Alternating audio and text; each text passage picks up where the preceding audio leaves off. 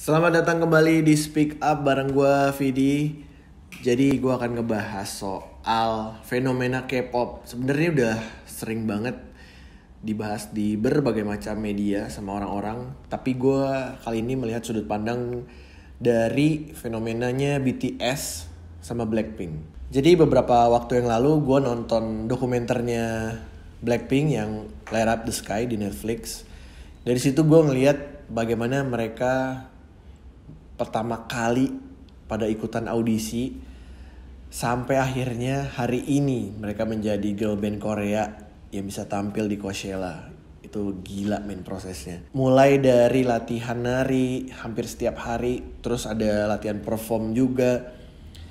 Jadi bener-bener diperhatiin gitu. Dan itu gak cuman kayak 3 bulan, 6 bulan. Itu bisa lebih dari 3-4 tahun. Karena bener-bener prosesnya tuh diperhatiin banget. Apalagi masing-masing personilnya ini latar belakangnya beda-beda semua kan. Gak hanya dari Korea doang, tapi ada dari campuran negara-negara lain juga. Sampai pada akhirnya gue ngerasa Indonesia tuh belum sampai ke arah sana. Karena industri musiknya ya lo tahu sendiri lah ya. Gimana nasib boyband yang instan. Paling jalan cuman sekitar 1-2 tahun. Setelah itu kalau misalnya lo gak meledak banget, ya udah lo selesai. Sampai hari ini yang muncul 2010-an itu, yang masih bertahan itu ada Smash. Selain itu gue gak tahu kemana. Mungkin personilnya jadi pegawai kantoran atau jadi konten kreator lain atau apapun itu. Tapi yang jelas karir boybandnya ya udah selesai gitu aja gitu. Karena kalau dilihat prosesnya mereka juga singkat. Jadi gak ada pengenalan satu sama lain. Terus lagunya juga gak digodok bener-bener gitu seperti yang mereka mau. Ya mungkin karena memang project instan. Jadi ya udah asal jadi, terus asal perform aja. Kalau meledak syukur, kalau enggak ya udah kita cari lagi penggantinya. Itu yang akhirnya ngancurin industri. Balik lagi ngebahas soal industri K-pop. Sebelum munculnya BTS, Blackpink dan teman-temannya, dari dulu kan mereka memang udah punya boyband yang oke banget, kayak Big Bang. Dan menurut gua musiknya itu bukan yang pop banget jualan gitu, tapi ada campuran hip hopnya juga, terus diselipin ada nge-rap juga.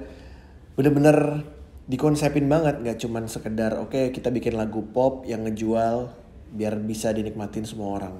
Nggak kayak gitu men. Terus gue juga sempat baca-baca beberapa berita soal BTS. Sampai akhirnya dinobatkan sama majalah Time tahun ini. Prosesnya mereka juga gue baca nggak cuman setahun 2 tahun gitu. Tapi bener-bener digodok dari nol banget. Diajarin dance bener-bener sampai lentur. Sampai kompak banget satu sama lain. Dan juga teknik vokal juga diperhatiin banget. Produsernya juga bener-bener dia fokus ngerjain BTS doang. Akhirnya sampai jadi satu lagu yang menurut gue meledak banget yang sama Halsey itu. Terus sekarang kan lagi zamannya Dynamite juga meledak. Gila sih. Kalau misalnya lu ngelihat cuman dari wah K-pop mukanya ganteng-ganteng cantik, ya itu relatif banget. Tapi prosesnya mereka mulai dari nol sampai hari ini tuh yang harusnya kita pelajarin gimana caranya ngebentuk suatu karakter akhirnya bisa diterima semua orang. Logikanya ya, mereka ini kan nyanyi pakai bahasa Korea, tapi musiknya keren dan bisa diterima hampir semua orang. Sama kayak lo denger lagu barat, nyanyinya pakai lagu bahasa Inggris, tapi musiknya keren dan akhirnya bisa diterima sama orang-orang banyak. Jadi kalau misalnya ada yang bilang wah ini kendalanya bahasa, itu bullshit banget men. Kalau lu menjadikan bahasa sebagai benteng lu buat berkembang, itu kayaknya udah gak valid lagi. Karena 2020 ini sebentar lagi mau 2021, harusnya bahasa tuh udah sebagai penyambung segala urusan, segala bidang deh. Dan terakhir nih ya, yang paling penting, ternyata ada peran pemerintah Korea juga. Kalau diperhatiin sekitar 20 tahunan yang lalu, mereka tuh udah mulai nginvest atau mulai menganggarkan dana. Jadi pemerintah Korea ini pengen tuh industri musik di Korea tuh bener-bener bisa menginvasi ke Eropa, Asia, Amerika gitu. Jadi nggak cuman gede di Korea doang. Akhirnya mereka masukin anggaran ke APBN gitu. Dan itu nggak cuman setahun 2 tahun jadi, tapi mereka bener-bener bikin semua dari basic banget. Sampai hari ini mereka bener-bener sangat-sangat didukung sama pemerintahnya. Kalau dibandingin sama Indonesia kan baru sekitar jalan 2 periode ini baru ada Bearcraft kan, yang periode pertama Pak Jokowi selesai, abis itu Bearcraftnya di periode kedua udah ganti nama lagi, artinya ganti program lagi, gitu aja terus sampai kiamat ya. Jadi kalau misalnya ada yang nanya kenapa musik Indonesia gini-gini doang, kenapa industrinya nggak bisa maju, karena kalau cuma ngandelin dari musisinya doang dan juga dari sisi pendengar, ya kita bakalan stuck aja.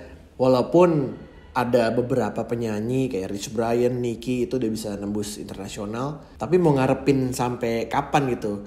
Misalnya tahun ini cuma ada 2 penyanyi doang atau 2 musisi doang, tapi tahun depan siapa lagi? Apakah udah disiapin lagi generasinya? Saran gue adalah buat kalian-kalian nih anak-anak muda yang duduk-duduk nyaman di kursi DPR dan DPD, perhatiin juga industri kreatif, khususnya industri musik, karena Korea aja bisa menjadikan industri musik sebagai alat promo pariwisatanya mereka.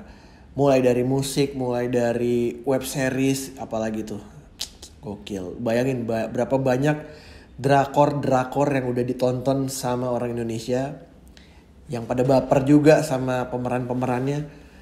Artinya kan emang udah kebawa gitu. Treatmentnya mereka juga secara produksi juga udah beda banget. Bukan treatment asal yang kayak sinetron kejar tayang. Sekali lagi gue ngasih tahu, gue bukannya menghina K-pop atau menghujat, tapi gue salut dengan mereka. Jadi buat kalian fans-fansnya K-pop, ayo kita coba bantu ngomong ke pemerintah biar lebih serius lagi gitu ngebantu industri kreatif di Indonesia. Jadi nggak cuman jalan di tempat doang. Oke, this is video. I'm out.